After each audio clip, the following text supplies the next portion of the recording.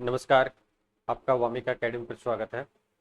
जैसा कि last class में आपका ये वो चैप्टर चल रहा था, यानी auditing and assurance standard board of India में पार्ट 1 कंप्लीट कर चुके थे, जिसमें इंट्रोडक्शन देख चुके थे, कंप्लायंस विथ ऑडिटिंग स्टैंडर्ड देख चुके थे, objective of auditing and assurance standard board के बारे में बात हो चुकी है, प्रोसीजर फॉर इशूइंग स्टैंडर्ड के बारे में बात हो चुकी है, और फिर function of ASB, scope of SAS के बारे में, स्ट्रक्चर ऑफ एसएएस के बारे में बात हो चुकी है। अब लास्ट वहाँ पे बात कर रहे थे, यानी list of standard on quality control auditing other assurance and related services के बारे में है, जिसमें से आपके लगभग 7-8 को कंप्लीट कर चुके थे लास्ट क्लास में। यानी आपका ऐसे 200 कंप्लीट हो चुका है। इसके अलावा ऐसे 210 के बारे में बात हो चुकी है, ऐसे 220 के बारे में बात हो चुकी है, 230, 240 और 250, 260, 265, 299 और 300 और 315 और लास्ट में आपका 320 और 330 तक लास्ट क्लास में बात हो चुकी है। अब यहाँ से स्टार्ट करेंगे 400, ऐसे 402 से। कहाँ से स्टार्ट करेंगे? 402 से स्टार्ट करते हैं। तो ऐसे 402 में क्या बता रखा है कि audit consideration relating to an entity using a service organisation, यानी किसी सेवा संगठन का उपयोग करने वाली इकाई से संबंधित लेखा परीक्षा संबंधी विचार है। किसमें बता रखा है? ऐसे 402 में इसका वर्णन कर रखा है। अब इसके अप्रोचेस देखें तो दिस ऐसे is applicable where the organisation under review is using the services of other organisation for such items those are having an impact on the financial statement of that entity। यानी यह ऐसे उस स्थिति में लागू होता है जब समीक्षाधीन संगठन अन्य संगठनों की सेवाओं का उपयोग उन मदों के लिए कर रहा है जो उस इकाई के वित्तीय विवरणों पर प्रभाव डाल रहे हैं। नेक्स्ट ऐसे है, ऐसे 450 है, N evolution of miss statements identified during the audit, लेखा परीक्षा के दौरान पहचानी गई त्रुटियों का मूल्यांकन है। तो इसमें किस प्रकार से किया जाएगा? तो यदि लेखा परीक्षा के दौरान वित्तीय विवरणों में किसी भी प्रकार की त्रुटि पाई जाती है तो गलत बताई गई राशि की गंभीरता के आधार पर उचित कार्रवाई की जानी चाहिए। इस प्रकार पाई गई त्रुटियों की सूचना उच्च अधिकारियों को देनी चाहिए। जो भी त्रुटि पाई जाती है अपने जो भी सुपीरियर ऑफिसर्स है उनको तत्काल इमीडिएट सूचना दे देनी चाहिए। इसमें वो वर्णन कर रखा है। नेक्स्ट आपका ऐसे 500 है, ऑडिट एविडेंस के बारे में है, यानी लेखा परीक्षा प्रमाण है। तो लेखा परीक्षा के दौरान प्राप्त साक्ष्य वित्तीय विवरणों और लेखा परीक्षा रिपोर्ट में उल्लिखित बिंदुओं का आधार बनने चाहिए। ऐसे 501 में बता रखा है चयनित मदों के लिए लेखा परीक्षा साक्ष्य विशिष्ट विचार, audit evidence specific consideration for selected items, यानी यह ऐसे उन विशिष्ट मामलों पर लागू होता है जैसे कि इन्वेंट्री यानी स्टॉक है, जब यह संस्था से जुड़े वित्तीय मुकदमेबाजी और दावों के दृष्टिकोण से महत्वपूर्ण हो और सेगमेंट की जानकारी की प्रस्तुति और प्रकटीकरण के लिए ये होता है। नेक्स्ट है ऐसे 505 है, एक्सटर्नल कंफर्मेशन है, यानी बाहरी पुष्टिकरण। क्या है? एक्सटर्नल कंफर्मेशन, बाहरी पुष्टिकरण के रिगार्डिंग ऐसे 505 बना रखा है। इसमें क्या बता रखा है? अरे लेखा परीक्षक द्वारा पुष्टिकरणों को लेखा परीक्षा साक्ष्य के रूप में प्राप्त करते समय इस मानक प्रक्रिया यानी ऐसे पर विचार किया जाना चाहिए।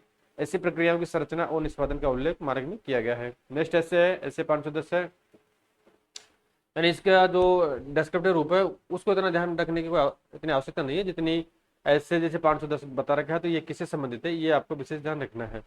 तो ऐसे 510 में बता रखा है initial audit opening balances engagement, यानी आरंभिक लेखा परीक्षा के लिए प्रारंभिक शेष राशि संबंधी कार्य है। इस ऑडिट रिपोर्ट के अकॉर्डिंग जब हम पहली बार ऑडिट कर रहे होते हैं तो हमें यह सत्यापित करना होता है कि उल्लिखित वित्तीय विवरण और लेखांकन नीतियां आपस में विरोधाभासी तो नहीं है। नए वित्तीय वर्ष का ऑडिट शुरू करते समय हमें आरंभिक शेषों का सत्यापन करना होता है। नेक्स्ट है ऐसे 520 है, ऐसे 520 के बारे में बात करते हैं। तो ऐसे 520 है एनालिटिकल प्रोसीजर के बारे में, यानी विश्लेषणात्मक प्रक्रियाओं के बारे में। किसके बारे में है? विश्लेषणात्मक प्रक्रियाओं के बारे में ऐसे 520 जारी किया गया है। इसको डिस्क्रिप्टिव रूप में देखें तो financial analytical procedure include use of ratio analysing period items, checking relevance of budgets and forecast etcetera, यानी वित्तीय विश्लेषण प्रक्रियाओं में अनुपातों का उपयोग, पिछली अवधि की मदों का विश्लेषण, बजट और पूर्वानुमानों की प्रासंगिकता की जांच यहाँ पे की जाती है। ऐसे 530 में लेखा परीक्षा नमूनाकरण है एंड ऑडिट सैंपलिंग के बारे में बता रखा है। ऐसे 530 में ऑडिट सैंपलिंग के बारे में बता रखा है। ऑडिट सैंपलिंग किसी संगठन के ऑडिट के दौरान निर्धारित महत्व स्तर पर निर्भर करती है। सैंपलिंग का तात्पर्य सत्यापन और प्रमाणीकरण के उद्देश्य से डेटा का चयन करना होता है। नेक्स्ट ऐसे 540 आपका कौन सा है, ऐसे 540 की तरफ बढ़ते आगे। Auditing accounting estimated including fair value of accounting estimated and related disclosures. लेखा परीक्षा लेखांकन अनुमानों जिनमें उचित मूल्य से लेखांकन अनुमान और संबंधित खुलासे शामिल है का लेखा परीक्षा किया जाता है।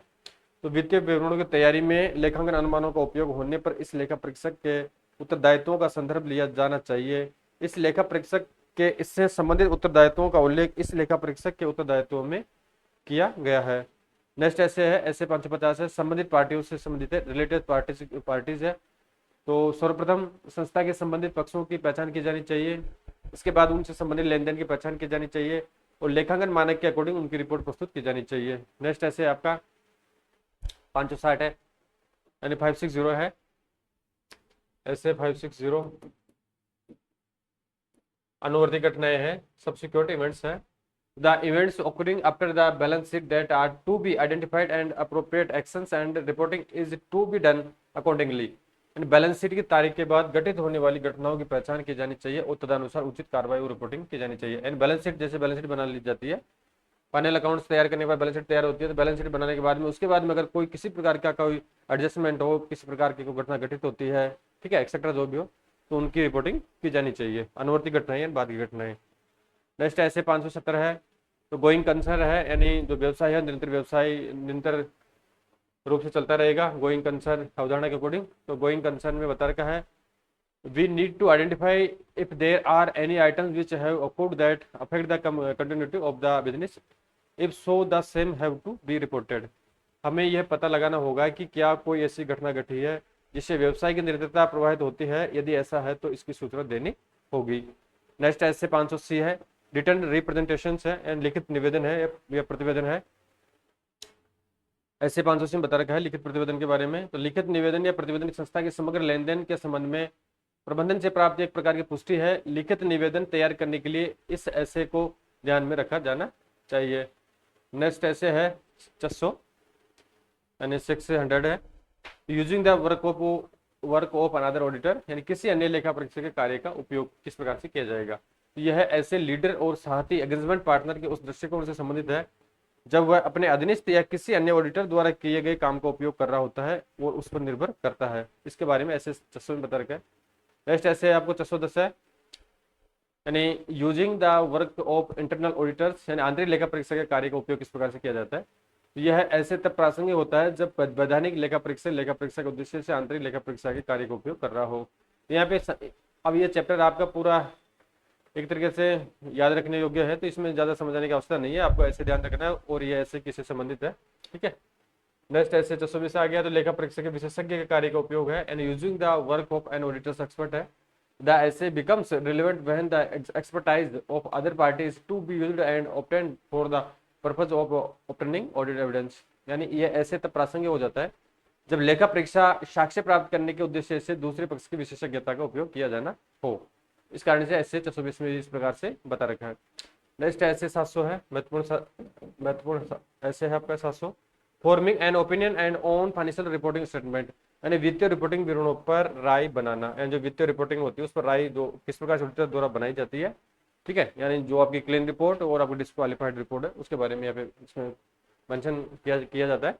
तो the auditor can give the following types of opinion, unqualified, qualified, modified, disclaimer of opinion, यानी आपकी जो राय 4 प्रकार की दी जाती है, क्वालिफाइड, अनक्वालिफाइड, मॉडिफाइड और डिस्क्लेमर। दिस ऐसे is to be referred while giving any of the opinion mentioned above. इन लेखा परीक्षक निम्नलिखित प्रकार राय दे सकता है, बिना शर्त राय, शर्त राय, संशोधित राय और राय का स्वीकरण या रिजेक्टेड। उपरोक्त किसी भी राय को देते समय इस ऐसे का संदर्भ लेना आवश्यक होता है। नेक्स्ट ऐसे आपका महत्वपूर्ण ऐसे है 701 है, कम्युनिकेटिंग की audit matters in the independent auditors report, यानी स्वतंत्र लेखा परीक्षक की रिपोर्ट में प्रमुख लेखा परीक्षा मामलों का संप्रेषण या कम्युनिकेशन किस प्रकार से किया जाता है। तो the points that are mentioned in the audit report are to be discussed with the auditee's top management and their respective staff, यानी ऑडिट रिपोर्ट में उल्लिखित बिंदुओं पर ऑडिट की जाने वाली संस्था के शीर्ष प्रबंधन और उनके संबंधित कर्मचारियों के साथ चर्चा की जानी चाहिए। नेक्स्ट आपका ऐसे 705 है, तो modification to the opinion in the independent auditor report, यानी स्वतंत्र लेखा परीक्षक रिपोर्ट में राय में संशोधन किस प्रकार से किया जाता है। जब लेखा परीक्षक को लगता है कि पिछली रिपोर्ट में दी गई राय में संशोधन की आवश्यकता है या किसी प्रकार को एडजस्टमेंट करना है, कोई बाद में कोई अनवर्ती घटना घटित हो जाती है तो उसके माध्यम से उसका समायोजन करना है, संशोधन की आवश्यकता है, तो यह ऐसे प्रासंगिक हो जाता है और इसका संदर्भ लिया जाना चाहिए। यानी ऐसे जो आपका 705 है इसमें संशोधन के रिगार्डिंग सब चीजें बता रखी है, गाइडलाइन दे रखी है इसमें। तो ऐसे 706 स्वतंत्र लेखा परीक्षक की रिपोर्ट में महत्वपूर्ण मामलों पर पैराग्राफ और अन्य मामलों पर पैराग्राफ होता है। जब ऐसी परिस्थितियां हो जिनमें राय की पुष्टि या स्वीकरण की आवश्यकता हो न हो, लेकिन कुछ बिंदुओं पर जोर देना हो, तो रिपोर्टिंग करते समय विषय पर जोर देने वाले पैराग्राफ का उपयोग किया जाता है। ऐसी परिस्थितियों में यह ऐसे प्रासंगिक हो जाता है। नेक्स्ट ऐसे आपका 710 वाला ऐसे है, कौन सा ऐसे 710 है, यानी जो इसमें इंपॉर्टेंट ऐसे है वही देख रहे हैं एग्जाम के दृष्टिकोण से। Comparative information corresponding figures and comparative financial statement, तुलनात्मक जानकारी, संबंधित आंकड़े और तुलनात्मक वित्तीय विवरण है। चालू वित्तीय वर्ष का ऑडिट करते समय हमें पिछले वित्तीय वर्ष के आंकड़े भी प्रस्तुत करने होते हैं, इसलिए हमें उन आंकड़ों की भी जांच करनी चाहिए कि वे सही और सटीक हैं या नहीं है, ये बता रखा है ऐसे 710 में। और नेक्स्ट ऐसे आपका 720 है, 720 में बता रखा है the auditors responsibilities relating to other information in documents containing audited financial statement, यानी लेखा परिषद वित्तीय विवरण वाले दस्तावेजों में अन्य जानकारी से संबंधित लेखा परीक्षक की जिम्मेदारियां क्या क्या होती है। यह ऐसे तब लागू होता है जब वित्तीय विवरणों में कोई अन्य जानकारी प्रकट की जाती है। नेक्स्ट ऐसे आपका ऐसे 800 है, विशेष विचार है, यानी स्पेशल कंसिडरेशंस है। Audit of the financial statement prepared in accountants with special purpose frameworks है, यानी विशेष विचार में है, विशेष प्रयोजन ढांचों के अनुसार तैयार किए गए वित्तीय विवरणों का लेखा परीक्षा है। यदि संस्था पर कोई विशेष नियम लागू होते हैं तो उनकी पहचान की जानी चाहिए और यह सुनिश्चित किया जाना चाहिए कि उनका सही ढंग से पालन किया जाए।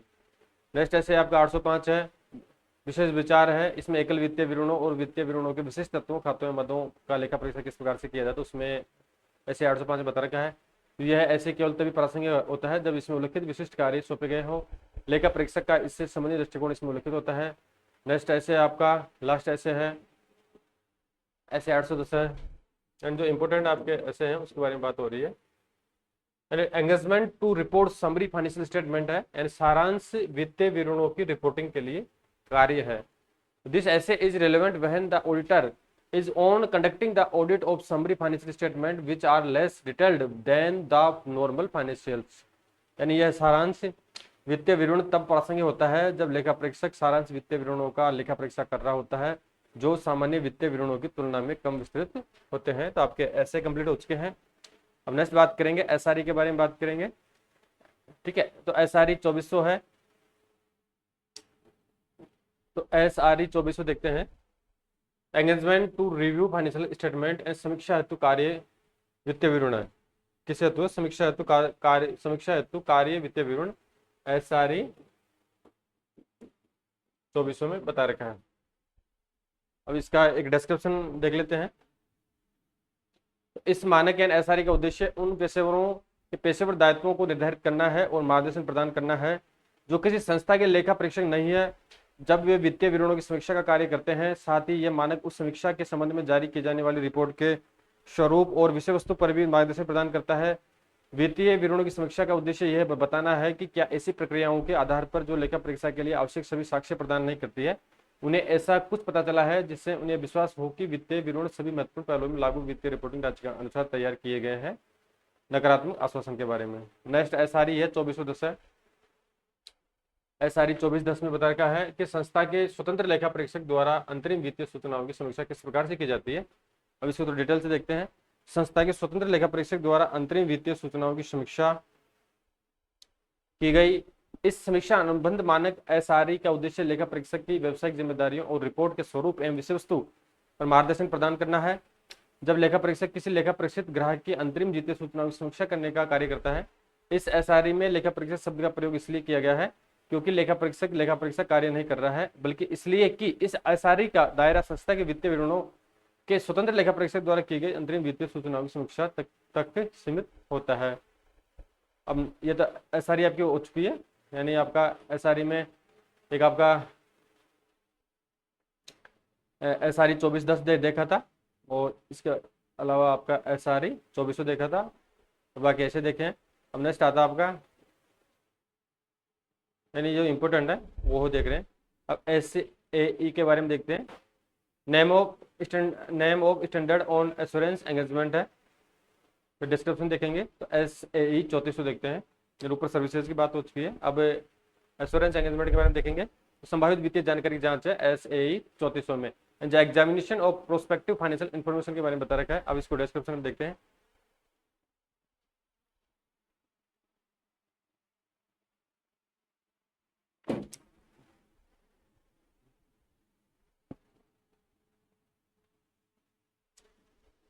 यानी एज पर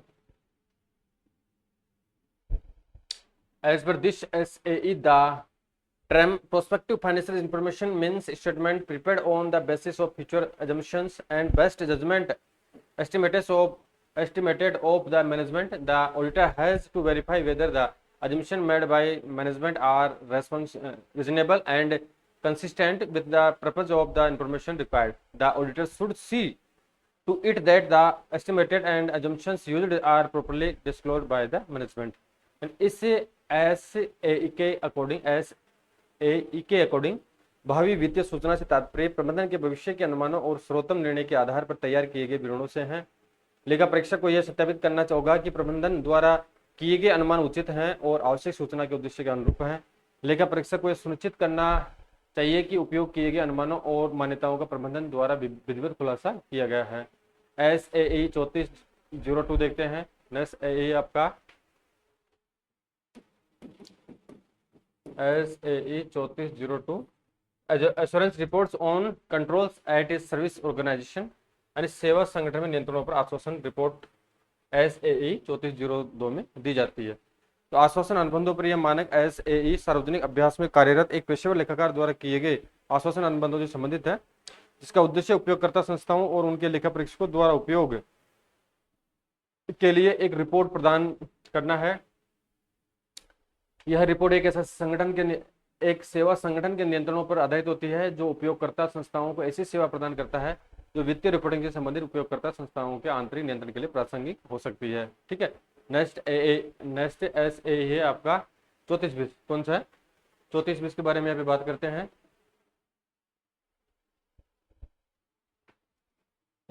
SAE 3420 है assurance engagement to report on the completion of pro forma financial information included in a prospectus। यानी बीमा अनुबंधों के तहत प्रोस्पेक्ट्स में शामिल प्रो फॉर्मा वित्तीय जानकारी के संकलन पर रिपोर्ट करना है।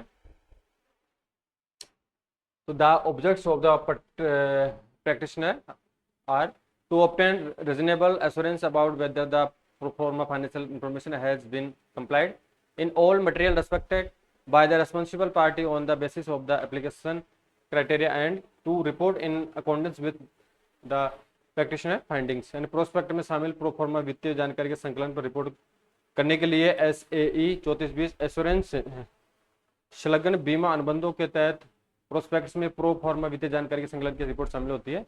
अब इसका उद्देश्य है इस बारे में उचित आश्वासन प्राप्त करने के लिए क्या लागू मानदंडों के आधार पर जिम्मेदार पक्ष द्वारा सभी भौतिक मामलों में प्रोफॉर्मा वित्तीय जानकारी संकलित की गई है और व्यवसाय के निष्कर्षों के अनुसार रिपोर्ट करना है। ठीक है। तो ये तो हो गया आपका SAE। अब आता नेक्स्ट आता है आपका HRS। क्या आता है? SRS के बारे में बात करेंगे। तो SRS को यहाँ पे देखते हैं।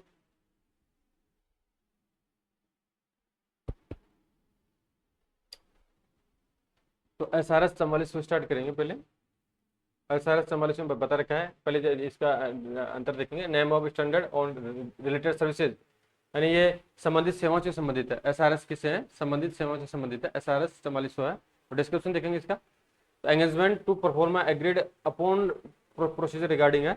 तो आपका जो SRS 4400 रिगार्डिंग फाइनेंशियल इंफॉर्मेशन है, तो वित्तीय जानकारी से संबंधित सहमत प्रक्रियाओं को पूरा करने के लिए प्रतिबद्धताएं हैं SRS 4400 में बताई गई है।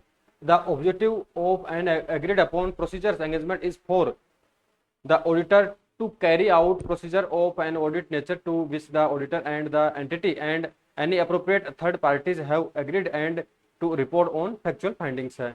सहमत प्रक्रियाओं के आधार पर किए गए अनुबंध का उद्देश्य लेखा परीक्षक द्वारा लेखा परीक्षा की प्रकृति की उन प्रक्रियाओं को पूरा करना है जिन पर लेखा परीक्षक संस्था और कोई भी उपयुक्त तथ्य पक्ष सहमत हुए हों और तथ्यात्मक निष्कर्ष पर रिपोर्ट प्रस्तुत करना है। नेक्स्ट है आपका एसआरएस है, सेवाओं के रिगार्डिंग है। कौन सा एसआरएस 4410 है, कौन सा है? एंड इम्पोर्टेंट इम्पोर्टेंट जो भी आपके ये ऐसे है, एसआरएस है, ऐसे ही है, ठीक है, उनको यहाँ पे समाहित किया गया है एग्जाम के दृष्टिकोण से, ठीक है। तो इनको आपको याद रख लेंगे तो वही काफी है। तो engagement to compliant financial information यानी वित्तीय जानकारी संकलित करने के लिए किए गए कार्य है एसआरएस 4410 में शो कर रखे। तो this standard on related services SRS deals with the practitioner responsibilities when engage to assist management with the preparation and representation of historical financial information without obtaining any assurance on that information and to report on the engagement। यानी संबंधित सेवाओं पर यह मानक SRS किसी व्यवसायी की जिम्मेदारियों से संबंधित है जब उसे ऐतिहासिक वित्तीय जानकारी तैयार करने और प्रस्तुत करने में प्रबंधन की सहायता करने के लिए नियुक्त किया जाता है, बिना उस जानकारी पर कोई आश्वासन प्राप्त किए और उस कार्य पर रिपोर्ट करने के लिए भी। ठीक है, तो आपके जो ये चैप्टर है एएएसबी वाला, इसमें इस चैप्टर को 2 वीडियो में कंप्लीट किया गया है। फर्स्ट चैप्टर में इसका इंट्रोडक्शन देखा था, उसका ऑब्जेक्ट देखा था, उसकी इंपॉर्टेंस देखी थी और साथ में स्कोप देखा था, ठीक है। और उसके अलावा जो प्रमुख ऐसे थे वो कंप्लीट कर चुके थे, और रिमेनिंग जो ऐसे थे एसएई था, एसआरई था, वो इस वीडियो के माध्यम से कंप्लीट की है। अगर आपको किसी प्रकार से क्वेरीज हो तो कमेंट करके जरूर बताएं। यानी आपका ये चैप्टर कंप्लीट हो चुका है। अब ऑडिट के सिर्फ और सिर्फ आपके 3 चैप्टर रिमेनिंग रहे हैं, तो इन्हीं को भी जल्द से जल्द पूरा कर लिया जाएगा। ठीक है, थैंक यू।